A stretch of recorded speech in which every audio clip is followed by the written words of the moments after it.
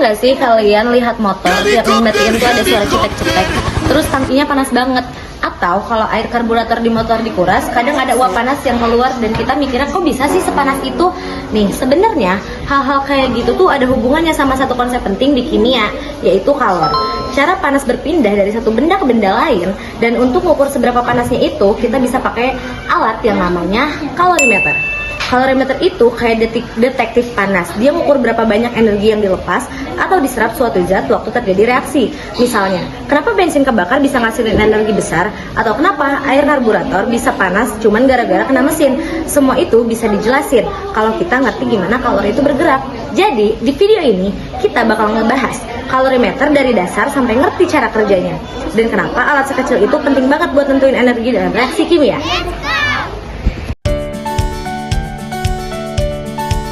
Di sini saya akan menjelaskan tentang kalorimeter. Jadi di kalorimeter ini ada yang namanya sistem dan juga lingkungan. Di sini ada sistem. Sistem adalah tempat terjadinya sebuah reaksi dan juga ada lingkungan. Di sini contohnya ada air. Dan umumnya reaksi yang terjadi di kalorimeter adalah reaksi eksoterm. Jadi dia melepaskan energi berupa panas ke lingkungan. Di sini juga ada rumus-rumus dasarnya. Ada Q lepas sama dengan negatif Q terima. Di sini itu artinya adalah kalor. Jadi kalor yang dilepas sama dengan kalor yang diterima. Lalu Q lepas menjadi QRX karena yang dilepaskan adalah reaksinya. Lalu di sini ada Q air atau larutan ditambah Q kalorimeter.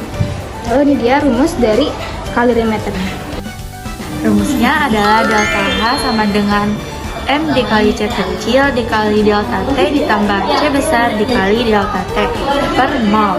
Nah, M itu adalah massa dan C kecilnya itu adalah kalor jenis larutan dan C besarnya adalah kapasitas kalorimeter. Sebanyak 33 ml larutan HNO3 1,4 M dicampurkan dengan 42 ml larutan KOH 1 M dalam kalorimeter plastik. Suhu awal larutan HNO3 dan KOH masing-masing adalah 25 derajat Celcius dan setelah dicampurkan, suhu larutan naik menjadi 32 derajat Celcius. Apabila kapasitas kalorimeter diabaikan, sedangkan kalor jenis larutan dianggap sama dengan kalor jenis air yaitu 4,2 Joule Min 1 K-1, maka entapi penetralan tersebut adalah: yang pertama, kita tentukan apakah kapasitas kalorimeternya itu diketahui atau tidak. Dalam soal, kapasitas kalorimeternya itu diabaikan. Berarti kita menggunakan rumus delta H sama dengan minus M dikali C dikali delta T per mol. M adalah massa larutan. Di soal, massa larutannya tidak diketahui, tetapi volume larutannya diketahui, yaitu 33 dengan 42. Maka volume larutannya yaitu 33 ml ditambah 42 ml sama dengan 75 ml. Karena yang kita butuhkan masanya, maka kita kalikan volume larutannya dengan massa jenis. Massa jenisnya kita anggap 1, berarti 75 dikali 1 M, 75 dikali 1 yaitu 75 gram. Nah, selanjutnya kita masukkan ke dalam rumus 75 dikali C-nya itu adalah kalor jenis air. Kalor jenis airnya itu 4,2 Joule gram Min 1 K-1. Kita masukkan. Selanjutnya kita mencari delta T. Delta T adalah perubahan suhu. Rumus mencari perubahan suhu yaitu delta T sama dengan T akhir atau suhu akhir dikurangi T awal atau suhu awal. T akhirnya yaitu 32 derajat Celcius. 22 derajat Celcius dikurangi 25 derajat Celcius yang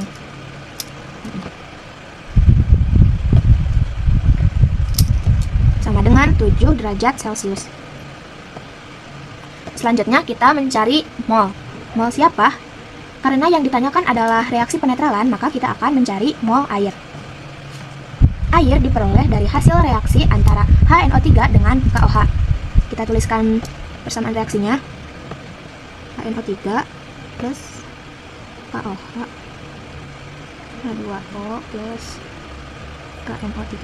Selanjutnya kita tentukan mol dari masing-masing reaksi. HNO3 yaitu 33 ml kali dengan 1,4 molar sama dengan 46,2 milimol. Yang KOH-nya yaitu 42 ml kali 1 molar sama dengan 42 milimol. Untuk mencari mol H2O, kita gunakan reaksi pembatas atau mol yang paling kecil antara HNO3 dengan KOH, yaitu molnya KOH sebesar 42 mmol. Jadi mol H2O yaitu 42 mmol. Kita masukkan datanya ke dalam rumus. 42 kali, karena masih milimol, maka kita kalikan dengan 10 pangkat min 3. Nah, sudah.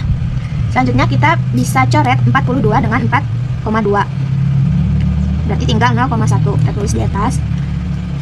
Dan kita kalikan 75 kali 0,1 yaitu 7,5 dikali 7 yaitu 52,5. 52,5. Kita naikkan 10 pangkat min 3-nya menjadi 10 pangkat 3. Satuannya adalah joule per mol. Jadi kita bagi 1000, hasilnya adalah 52,5 kilojoule per mol. Suatu kalorimeter bom berisi 250 ml air yang suhunya 25 derajat Celcius. Kemudian dibakar 100 mg gas metana. Suhu tertinggi yang dicapai air dalam kalorimeter sama dengan 35 derajat Celcius. Jika kapasitas kalorimeter 75 joule per derajat Celcius dan kalor jenis air 4,2 joule per gram derajat Celcius, berapakah entalpi pembakaran dari gas metana? Mari kita hitung.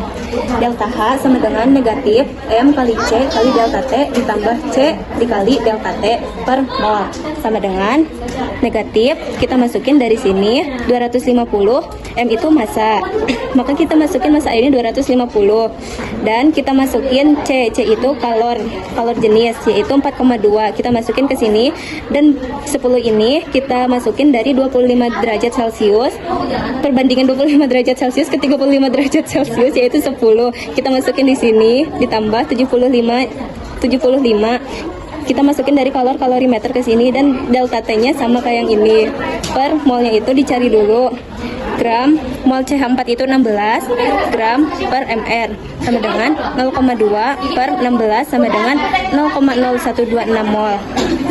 Kita masukin ke sini sama dengan negatif 10.500 ditambah 750 per 125 dikali 10 negatif 4 negatif 11.250 dikali 10 pangkat 4 per 125 sama dengan negatif 90 dikali 10 pangkat 4 joule per mol sama dengan 900 kilojoule per mol.